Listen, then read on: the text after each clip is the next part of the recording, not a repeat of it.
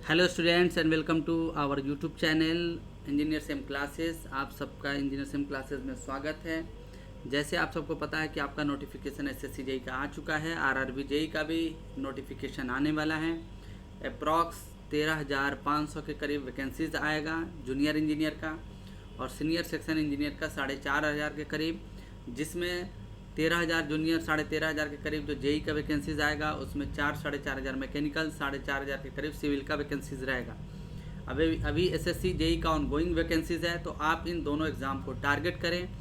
ज़रूर आप बेहतर करेंगे अगर आप सिंसियर स्टूडेंट हैं, तो बेहतर करेंगे ही आप। अगर आप अच्छे से प्रिपरेशंस करते हैं, आपके अंदर वो जज्बा है फोड़ने का, अपने टारगेट को अचीव करने का, तो आपको कोई नहीं रोक सकता है। आपको हर जगह, अगर आप ईमानदार हैं, ईमानदारी से मेहनत करते हैं, पेरेंट्स का इज्जत करते हैं, तो आपको सक्सेस होने से कोई रोक ही नहीं सकता है। मेहनत करते जाइए, ना अपने आप से चीट करना है, ना दूसरे से चीट करना है, सिर्फ मेहनत करना है, पेरेंट्स का इज्जत करते रहना है। पेरेंट्स हैं तो हम सब हैं, ठीक है। तो चलिए आज का सेशन हम लोग स्टार्ट करते हैं। जैसे आपने देखा होगा कि हमारा यूट्यूब चैनल है, ये आपका यूट्यूब चैनल है, हमारा यूट्यूब चैनल है, इसलिए हम दोनों इसको मिलके ग्रो करेंगे और इस पे और बेहतर से बेहतर कॉन्सेप्ट लेके आएंगे। नोटिफिकेशंस जितने आएंगे वो अपडेट करते रहेंगे। बहुत सारी चीज़ें इस चैनल पे हम लोग करेंगे, बस आप मोटिवेट करते रहिए। और भी फैकल्टीज़ को मैं लेके आऊँगा, बस आप इसको ग्रुप करवाइए और बहुत अच्छे से हम लोग करेंगे। आप कमेंट करेंगे कि किस तरह के लेवल ऑफ क्वेश्चन आपको चाहिए, किस सब्जेक्ट से चाहिए। जैसे स्पेशलाइजेशन, मैं फ्लूइड और सोम का सेशन डील कर रहा हूँ, क्योंकि अभी 2.5 महीने एसएससी जेई के एग्ज़ाम में टाइम है। तो उस पॉइंट ऑफ व्यू से हमें क्या करना है, मेहनत करना है और अच्छे से अच्छे लेवल का क्वेश्चन प्रैक्टिस करना है। सिर्फ नंबर ऑफ क्वेश्चंस बढ़ाने से कोई फ़ायदा नहीं है कि एक ही क्वेश्चन को बार बार कर रहे हैं। हमें कॉन्सेप्ट वाइज क्वेश्चंस करना है, ताकि उस पर कॉन्सेप्ट बिल्डअप हो। और भी क्वेश्चन इधर उधर लेके जाएं, डेटा चेंज करे या कॉन्सेप्ट चेंज करे या एनालिटिकल क्वेश्चन दे दे, तो आप वहाँ पे कंफ्यूज ना हो सकें। इस पर्सपेक्टिव से आप देख रहे होंगे। तो ये थर्ड सेशन होगा फ्लूइड मैकेनिक्स का। जैसे कि इससे पहले एक मैंने वीडियो डाला है मैकेनिकल के लिए, किस सब्जेक्ट में कितना वेटेज है, कैसे है, उसको आप कंप्लीट देख लेंगे। फ्लूइड का वेटेज ज़्यादा रहता है जेई के एग्ज़ाम में, तो आप उस पर्सपेक्टिव से पढ़ेंगे, क्योंकि अब आपका मेंस भी ऑब्जेक्टिव होना है। तो एक बार प्रिपरेशंस करना है, प्रैक्टिस करना है, हर जगह फ़ायदा आपको उठाना है। तो जैसे कि आज हम लोग क्वेश्चन प्रैक्टिस सेशंस देखेंगे, और किसका, फ्लूइड मैकेनिक्स का। लेकिन टॉपिक क्या होगा, मैंने जैसे प्रॉपर्टीज़ ऑफ फ्लूइड पहला चैप्टर्स होता है, उसमें आपने देखा मैंने 2 सेशन लिया है, सेशन 1 और सेशन 2, और पूरी कॉन्सेप्ट हम लोगों ने डिस्कस कर लिया है। यानी 30 से 35 क्वेश्चन में हम लोगों ने डिस्कस कर लिया। वैसे ही हम क्वेश्चंस क्वालिटी और सिर्फ क्वांटिटी बढ़ाना नहीं है, क्वालिटी होनी चाहिए क्वेश्चंस में, जो आपके कॉन्सेप्ट को इन्हांस बिल्डअप कर सके। तो आज दूसरा चैप्टर का प्रॉब्लम होगा प्रेशर एंड मेजरमेंट। काफ़ी इंपॉर्टेंट चैप्टर है। अगर प्रेशर मेजरमेंट से आप बात करें तो जेई में कम से कम 2 क्वेश्चंस आपको देखने के लिए ज़रूर मिलेगा। क्यों 2 क्वेश्चन देखने के लिए मिलेगा, क्योंकि एक होता है प्रेशर, इसमें 2 कॉन्सेप्ट पढ़ते हैं, प्रेशर, और दूसरा क्या है, एंड इट्स मेजरमेंट। जैसे कि आप देख रहे हैं प्रेशर है एंड इट्स मेजरमेंट है, तो प्रेशर से थेरेटिकली सवाल या इस पे नोमरिकल पूछा जाता है, और मेजरिंग डिवाइस से भी पूछ लिया जाता है, जैसे पीजोमीटर का यूज़, यूट्यूब मैनोमीटर का use, sensitive manometer, differential manometer, ये सारे का अप्लीकेशंस पूछ लिया जाता है, बैरोमीटर। और ये सेशन किसके लिए यूज़फुल है, सिविल के लिए और मैकेनिकल के लिए, चाहे आप जेई का प्रिपरेशन करते हो या एई का। ये सारे क्वेश्चंस प्रीवियस ईयर पूछे गए हैं, वो भी मैं जेई के क्वेश्चंस स्टैंडर्ड लेवल पे ले रहा हूँ, जो एई स्टेट में पूछे गए हैं, जो एई असिस्टेंट इंजीनियर बाकी सारे स्टेट में पूछे गए हैं, उसके सारे क्वेश्चंस हैं। अगर आप ये कर लेंगे तो जेई के क्वेश्चन आपसे हो ही जाएगा। तो again welcome to our YouTube channel in the practice session of the question, session 3rd of the FM. सोम का भी सेशन गया है, अभी हम एफएम का कर रहे हैं 3rd सेशन, फिर सोम का करेंगे, अल्टरनेट करते रहेंगे। तो चलिए स्टार्ट करते हैं क्वेश्चन नंबर 1 से। क्वेश्चन नंबर 1 जैसे हम देख रहे हैं कि पहला क्वेश्चन अपना है कि अ वाटर लेक है जो maximum depth of 100 meter, if the atmospheric pressure is 101 kilo pascal, then absolute pressure at this depth. Concept के साथ देखना है। अगर एब्सोल्यूट प्रेशर की बात की जाए तो एब्सोल्यूट प्रेशर क्या होता है, atmospheric pressure plus gauge pressure. ये फॉर्मूला आपने देखा होगा कि atmospheric pressure plus gauge pressure, और यहाँ एटमॉस्फेरिक प्रेशर आपको दिया हुआ 101 किलो पास्कल दिया हुआ है। तो गेज प्रेशर जो सिस्टम में एक्चुअल प्रेशर डेवलप होता है उसी को हम क्या कहते हैं, गेज प्रेशर कहते हैं, actual pressure of the system. अगर actual pressure of the system को आप गेज प्रेशर कहते हैं, यानी मान लीजिए कि एक कंटेनर है और इस कंटेनर में अगर किसी डेप्थ तक आपको प्रेशर निकालना है, अगर आपको किसी डेप्थ तक प्रेशर निकालना है तो इस प्रेशर को आप क्या कहेंगे, गेज प्रेशर कहते हैं। गेज प्रेशर याद रखना एक्चुअल प्रेशर कहलाता है। तो इस तरह से अगर आप रेफरेंस सिस्टम से भी लेके देखें तो हम लोग देखेंगे रेफरेंस सिस्टम से क्वेश्चन मिलेगा तो कैसे प्रेशर का मेजरमेंट होता है। तो एब्सोल्यूट प्रेशर दिया हुआ, एटमॉस्फेरिक प्रेशर दिया हुआ है, हम गेज प्रेशर निकाल लेते हैं। और पी गेज इक्वल टू आप जानते हैं क्या होता है, pressure equal to rho G into H. Rho का वैल्यू क्या है, वाटर है तो वाटर की डेंसिटी नोन होता है। वाटर और मरकरी की डेंसिटी आपको याद रखना है। वाटर की डेंसिटी 1000 होता है और मरकरी का डेंसिटी 13600। 1000 गुने 9.81 और एच का वैल्यू क्या है अपना 100 मीटर है। तो यहाँ पे क्या किलो पास्कल में निकालना है हमें पे, और पास्कल, एक पास्कल इक्वल टू क्या होता है 1 न्यूटन पर मीटर स्क्वायर।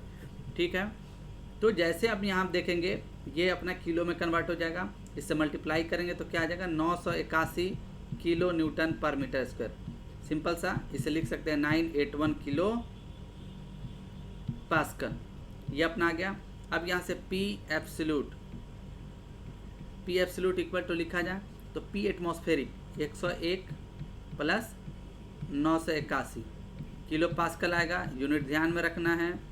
और इससे जब आप ऐड करेंगे तो ऐड कर लीजिए, क्या आ जाएगा 1 1 2 आ जाएगा, 8 के 8 हो और 9 1 10, यानी 1082 किलो पास्कल। और आप देख रहे हैं absolute pressure of the system जो है आपका यहाँ पे निकल गया 1082 किलो पास्कल न्यूटन पर मीटर स्क्वायर। ओके, ये कॉन्सेप्ट है, आप इस तरह से पढ़ेंगे तभी जाके आपके क्वेश्चन सॉल्व होंगे। स्टार्ट करते हैं। अगर इसी में आपसे पूछा जाता है कि सपोज एब्सोल्यूट प्रेशर दिया हुआ है और आपको एटमॉस्फेरिक प्रेशर निकालना हो, गेज प्रेशर दिया हो, तो माइनस कर लेंगे। This equation is very important, कोई एक दिया हो उसको सॉल्व करने के लिए। ठीक है, अगला सवाल देखते हैं। क्वेश्चन नंबर सेकेंड क्या कहता है, the intensity of pressure at any point in a liquid, the intensity of pressure at any point in a liquid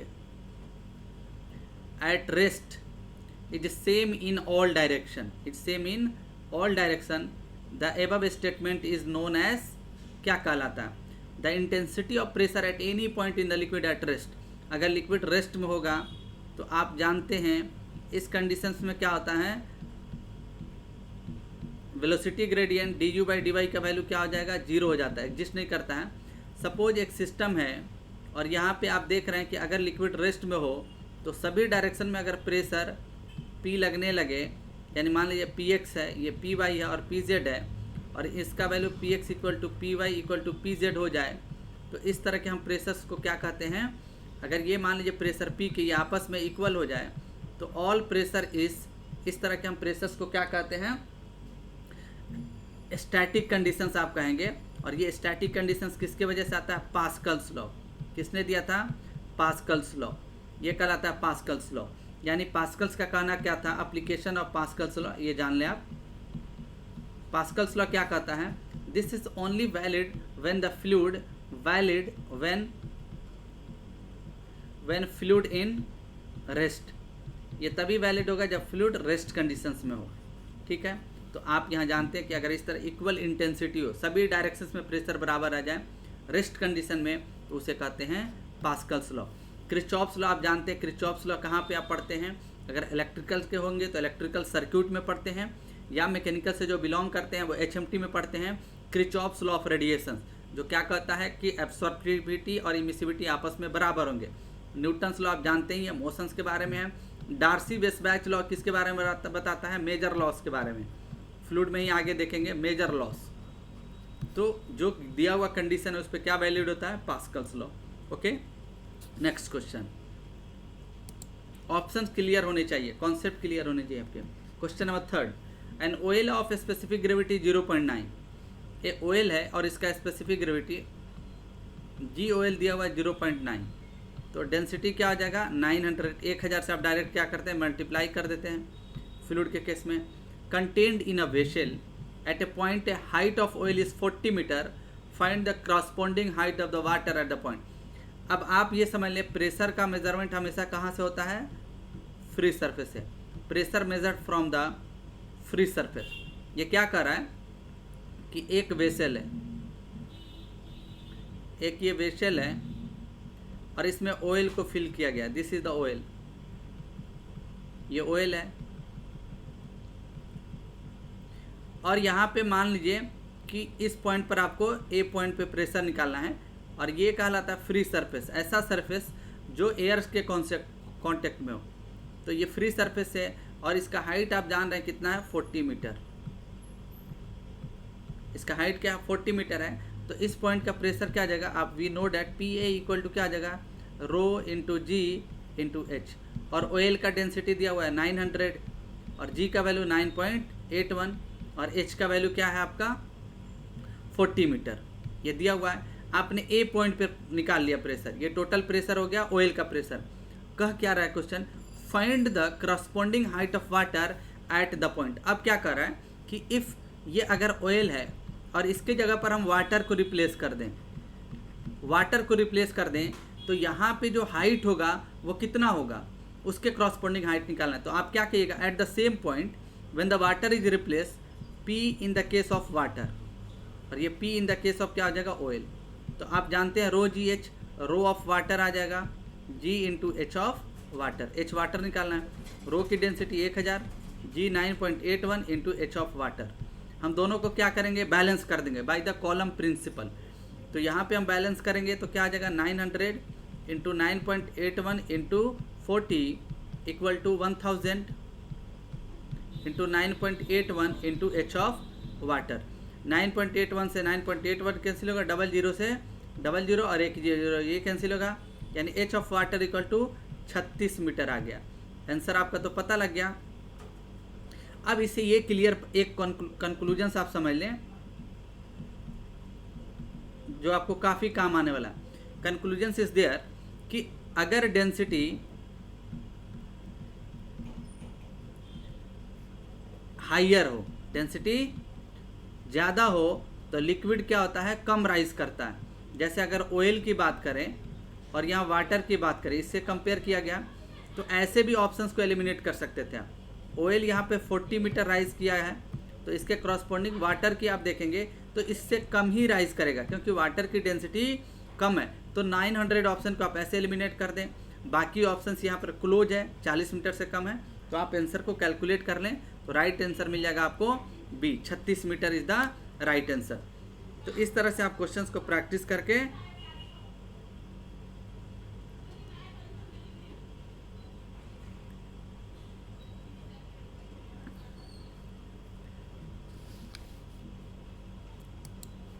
अगला क्वेश्चन देखते हैं। Which of the following is the mechanical gauge. यहाँ पे देखा जाए which of the following is a mechanical gauge, इनमें से कौन मैकेनिकल गेज है। तो मैकेनिकल गेज करने का मतलब क्या होता है, दो तरह से आप प्रेशर मेजर करते हैं, एक कॉलम बैलेंसिंग प्रिंसिपल से और एक मैकेनिकली मेजर करते हैं। तो डायफ्राम गेज ये भी प्रेशर को मेजर करता है, डेड वेट प्रेशर ये भी प्रेशर को मेजर करता है, बर्डन ट्यूब ये भी प्रेशर को मेजर करता है। यानी all of the above is the correct answer. All जो होगा all is correct, all is correct. यानी इस तरह से आप कर सकते हैं, सभी प्रेशर को मेजर करता है। अगला सवाल है question number 5। In a differential manometer, सबसे पहले आप जानें डिफरेंशियल मैनोमीटर का काम क्या होता है, major the difference of pressure between the two points. जैसे वेंचुरी मीटर में आप डिफरेंशियल मैनोमीटर का इस्तेमाल करके ये पता करते हैं कि फ्लो का डायरेक्शन कैसे होगा। तो differential manometer is basically use to measure the difference of pressure between the two points. वहीं करा a head of 1.8 meter fluid A in a limb 1 is found to be balanced a head of 0.9 meter of the liquid B in column 2. The ratio of the specific gravity of A to B. तो आपको पता करना है A to B की specific gravity क्या है। तो जैसे आप ये कह रहा है कि मान लीजिए कि ये कॉलम है,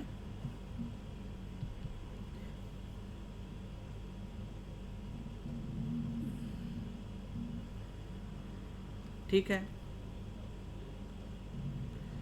और इसमें आप लिक्विड को रखें,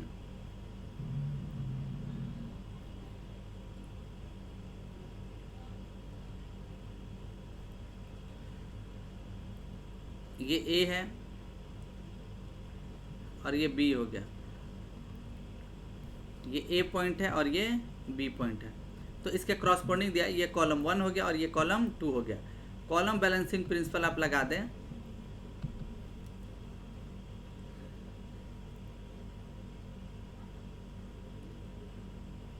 कॉलम बैलेंसिंग प्रिंसिपल हम लगा दें तो उससे प्रॉब्लम को हम सॉल्व कर सकते हैं। जैसे अगर कॉलम बैलेंसिंग प्रिंसिपल लगाया जाए, कॉलम बैलेंसिंग प्रिंसिपल लगाया जाए तो यही करा कि अगर रेफरेंस पॉइंट से ये मान लीजिए कि x आपका रेफरेंस पॉइंट है, इसे कॉलम बैलेंसिंग प्रिंसिपल लगाया है तो इसमें पीए प्रेशर जो है पीबी प्रेशर के क्या होगा, बराबर होगा। तो आप लिख सकते हैं by column balancing principle PA is written as PB. Differential meter head, यहाँ पीए इक्वल टू क्या लिख सकते हैं, रो ए जी इंटू एच ए लिख सकते हैं, ठीक है, इक्वल टू आप लिख सकते हैं रो B into g into H B लिख सकते हैं। और रो जी को आप क्या कहते हैं, स्पेसिफिक वेट कहते हैं, रो ए सॉरी यहाँ से लिख सकते हैं, और ये रो बी होगा। तो यहाँ से रो जी को हम क्या कहते हैं, स्पेसिफिक वेट, ये हो जाएगा into H A equal to rho B G यानी एच बी,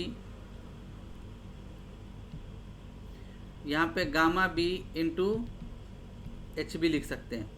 अब यहाँ से अगर देखा the ratio of specific gravity A to B का स्पेसिफिक ग्रेविटी ऑफ रेशियो देखना है तो H A sorry specific gravity of A divided by specific gravity of B equal to आप क्या लिख सकते हैं, H B by H A, reciprocal हो जाएगा।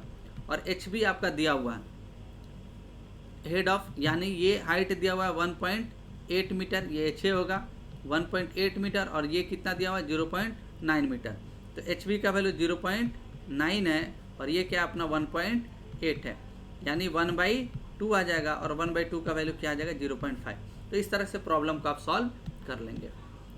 दोनों चीज़ें आपका क्लियर हो गया इससे, पर्पस और न्यूमेरिकल भी। अगला सवाल, question number 6, the pressure gradient along any surface is. अब प्रेशर ग्रेडियंट होता क्या है, del P by del X को हम क्या कहते हैं, प्रेशर ग्रेडियंट। जैसे वेलोसिटी ग्रेडियंट आपने देखा, वेलोसिटी ग्रेडियंट क्या होता है अपना, del U by del Y. तो del P by del X को हम क्या कहते हैं, प्रेशर ग्रेडियंट कहते हैं। क्या कर रहा है कि सपोज अगर ये सॉलिड सरफेस है और सॉलिड सरफेस होगा तो ये फिक्स होगा, अगर इस पे liquid layer by layer flow कर रहा है, अगर इस पे liquid layer by layer flow कर रहा है तो जो सरफेस वाटर के कांटेक्ट में होता है उस सरफेस को हम कहते हैं फ्री सरफेस, फ्री सरफेस कहते हैं। अब फ्री सरफेस वैसा सरफेस होता है जो सरफेस एयर के कांटेक्ट में होता है, यानी एटमॉस्फेरिक प्रेशर से सब्जेक्टेड होता है।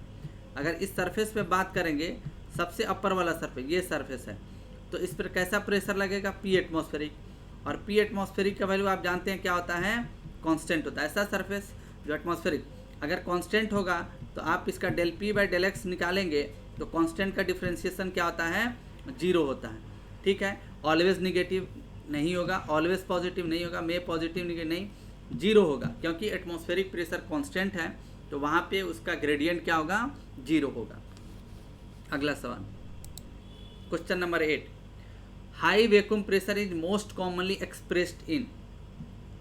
हाई वैक्यूम प्रेशर और वैक्यूम प्रेशर अगर इसको देखा जाए तो आप इसे कैसे मेजर करते हैं, निगेटिव प्रेशर एक तरह से आप मेजर करें तो इसे टॉर से मेजर करते हैं। जैसे पास्कल में न्यूटन प्रेशर पर मीटर होता है इसका, सेंटीमीटर माइक्रोन में नहीं, इसे टॉर में मेजर करते हैं, क्योंकि टोरिसेली साइंटिस्ट है जिन्होंने बैरोमीटर का डिस्कवरी किया और हाई वैक्यूम प्रेशर को मरकरी की हेल्प से आप मेजर करते हैं। और 1 टॉर इक्वल टू क्या होता है, 2 पास्कल्स, किलो पास्कल, तो ये पास्कल्स होता है, तो इसको ध्यान रखना है। तो टॉर इसका आंसर हो जाएगा। बैरोमीटर का टोरिसेली डिस्कवरी किया, तो इसलिए डिवाइस टॉर यूनिट हो जाता है प्रेशर का। ये भी देखिएगा, टॉर से क्वेश्चन आता है, torr is the unit of pressure, unit of pressure भी है। और 1 टॉर इक्वल टू क्या आता है, 1 mm of Hg, 1 mm of mercury, 1 mm of Hg भी होता है। ठीक है, अगला सवाल देखते हैं, क्वेश्चन नंबर 8। बैरोमीटर। अब बैरोमीटर मेजर द, बैरोमीटर किस तरह के प्रेशर को मेजर करता है। अब आप सिस्टम में जानते हैं क्या होता है, atmospheric pressure, gauge pressure, absolute pressure और वैक्यूम प्रेशर भी होता है, वैक्यूम प्रेशर भी होता है।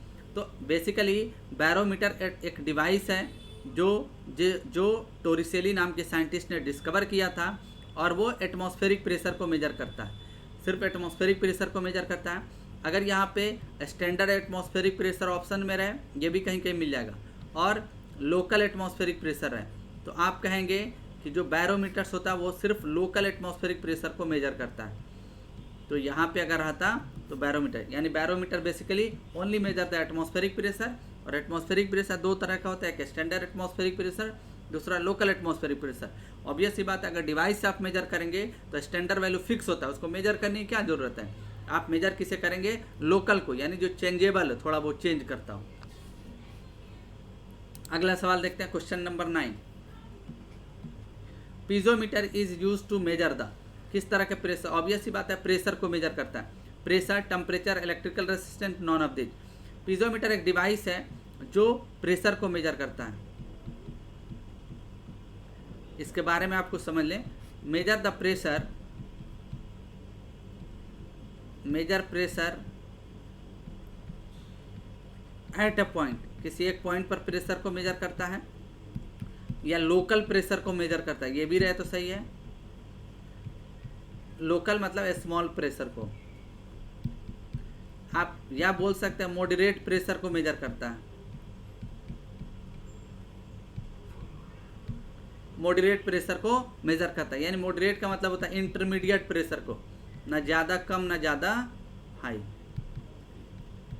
पीजोमीटर का सिंपली प्रिंसिपल क्या होता है कि आप क्या करते हैं, एक ग्लास ट्यूब लेते हैं जो 90 डिग्री पर क्या रहता है, बेंट रहता है, लाइक दैट, राइट एंगल पर ये बेंट रहता है।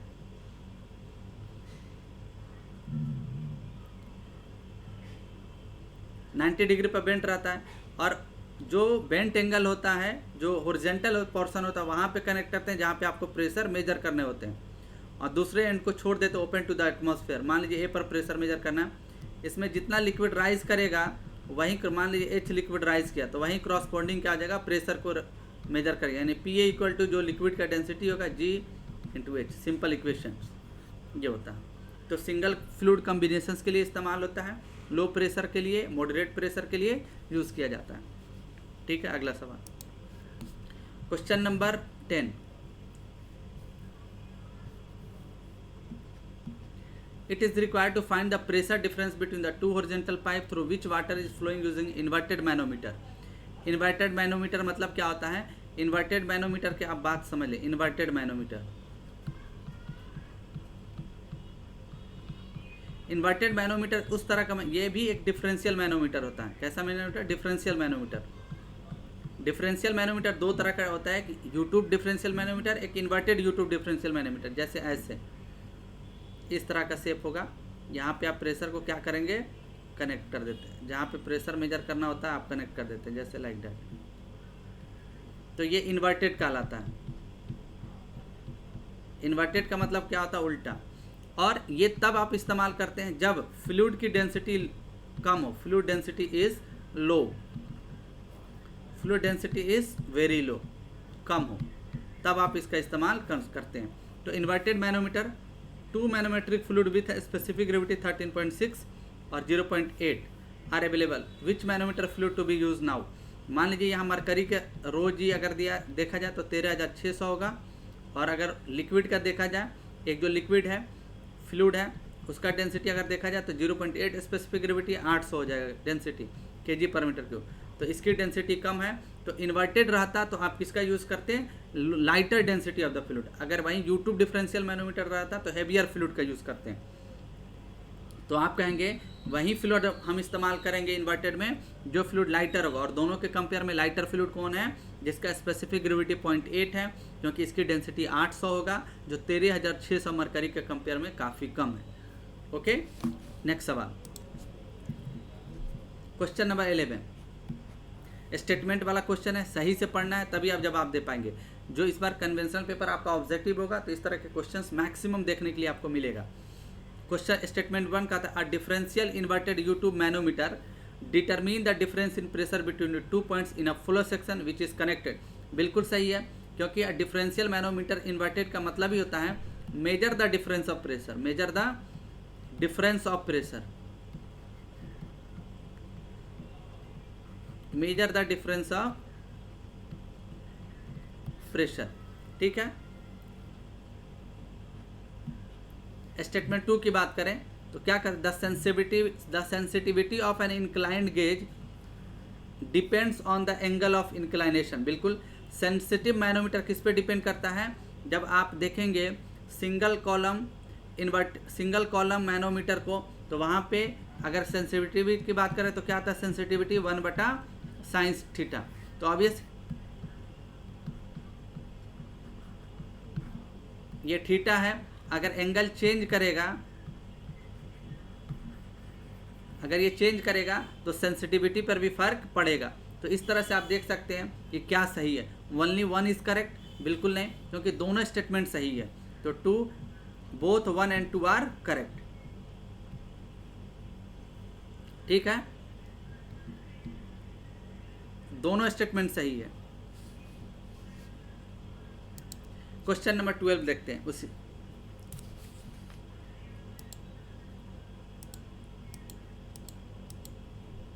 यहाँ पे नंबरिंग गलत हो गया है, एक बार आप देख लेंगे। ये क्वेश्चन नंबर 12 है, ये क्वेश्चन नंबर आप 12 समझेंगे, हो जाता है कभी कभी। In order to increase the sensitivity of U tube manometer, one leg is usually inclined by angle sensitive. तो सेंसिटिविटी इक्वल टू क्या होता है,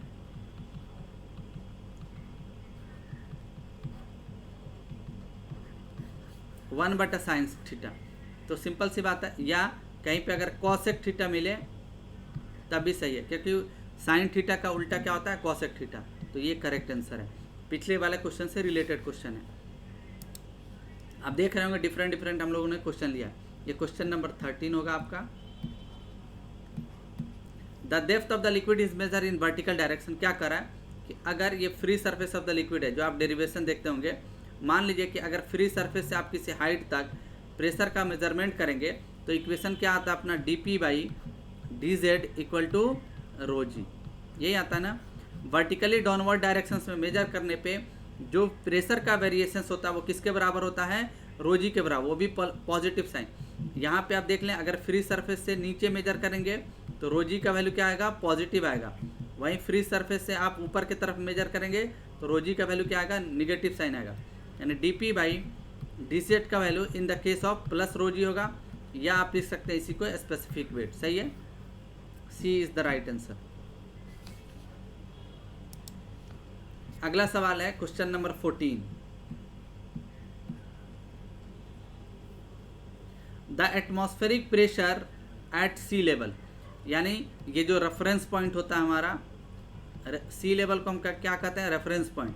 तो इस पे जो प्रेशर का मेजरमेंट होता है वो क्या होता है, आपने देखा होगा, आप वाटर के केस में भी मेजर करें या मरकरी के केस में। तो इस केस में आप देखते हैं कि H का जो वैल्यू आता है 10.3 मीटर ऑफ वाटर कॉलम। ठीक है, वाटर कॉलम अगर वाटर यूज़ करते हैं, तो अगर मरकरी आपने यूज़ किया तो मरकरी के केस में क्या आता है, H ऑफ मरकरी यानी 760 mm ऑफ Hg कॉलम। सही है, और 101 किलो न्यूटन प्रेशर इसका वैल्यू आप मेजर करेंगे। तो इसमें all are the correct options. अगला क्वेश्चन आप देख रहे हैं, क्वेश्चन नंबर 15 होगा, ये सही है नंबरिंग। क्वेश्चन नंबर 15 क्या कह रहा है, which property of the mercury is the main reason for use in barometer. Barometer में मरकरी यूज़ करने का मेन रीज़न क्या होता है कि यहाँ पे वेपर प्रेशर एग्जिस्ट नहीं करता है, क्योंकि vapour pressure do not exist, vapour pressure not exist होता है, यानी वेपर प्रेशर एग्जिस्ट नहीं करेगा। तो इस केस में क्या होता है कि वाटर जो होगा ग्लास सरफेस से कभी भी चिपकेगा नहीं। Mercury Hg do not wet glass surface, glass surface को मरकरी वेट नहीं करता है, नहीं गीला करता है। और नहीं गीला करेगा तो क्यों ऐसा होता है, क्योंकि इसकी डेंसिटी होता है 13,600, और डेंसिटी किसके वजह से होता है, केजी पर मीटर को, और डेंसिटी किसके वजह से होता है, हाई कोहेसिव बॉन्डिंग के वजह से, हाई कोहेसिव बॉन्डिंग होता है इसमें।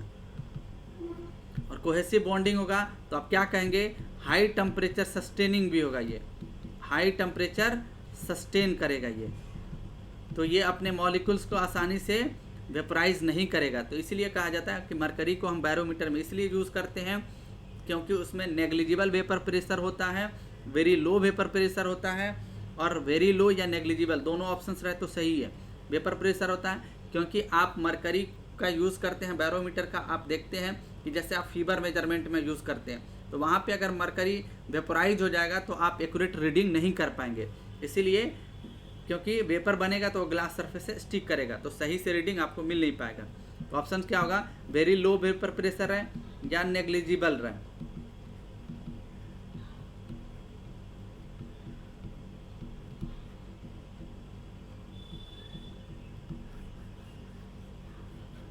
दोनों में कोई रहे ऑप्शन वहीं सही होगा। तो negligible vapour pressure is the correct answer. High density यहाँ दोनों सही है, हाई डेंसिटी तब सेलेक्ट करना है जब नेग्लिजिबल वेपर प्रेशर या वेरी लो वेपर प्रेशर नहीं दिया रहे, तो मोस्ट अप्रोप्रिएट आंसर सेलेक्ट करना है। तो आई होप आपको समझ में आ गया होगा। जितने भी क्वेश्चंस हम लोगों ने प्रेशर मेजरमेंट से डिस्कस किया था, हो सकता है इस पर एक और मैं सेशन ले लूँ ताकि और भी जो छोटा क्वेश्चन है रेफरेंस वाला वो सब पकड़ के इस बार हम लोग क्वेश्चंस कर लेंगे ताकि अच्छे से आप और आपका कॉन्सेप्ट बिल्डअप हो जाए। आई होप कि आपको समझ में आया होगा। तो आपको क्या करना है, इस चैनल को सब्सक्राइब करना है, जितने वीडियोस को लाइक करना है, अपने दोस्तों तक शेयर करना है। टारगेट रखना है SSC JEE RRB JEE, स्वस्थ रहना है, बस पढ़ते रहना है और पेरेंट्स का रिस्पेक्ट करते रहना। पेरेंट्स है तो सब चीज़ है, ठीक है ना। हम लोग पढ़े लिखे इंसान हैं तो हम लोग रिस्पेक्ट नहीं करेंगे तो कौन करेगा। ऑनेस्टी से मेहनत करते रहना, ठीक है। फिर मिलते हैं अगले सेशन में, तब तक के लिए थैंक यू।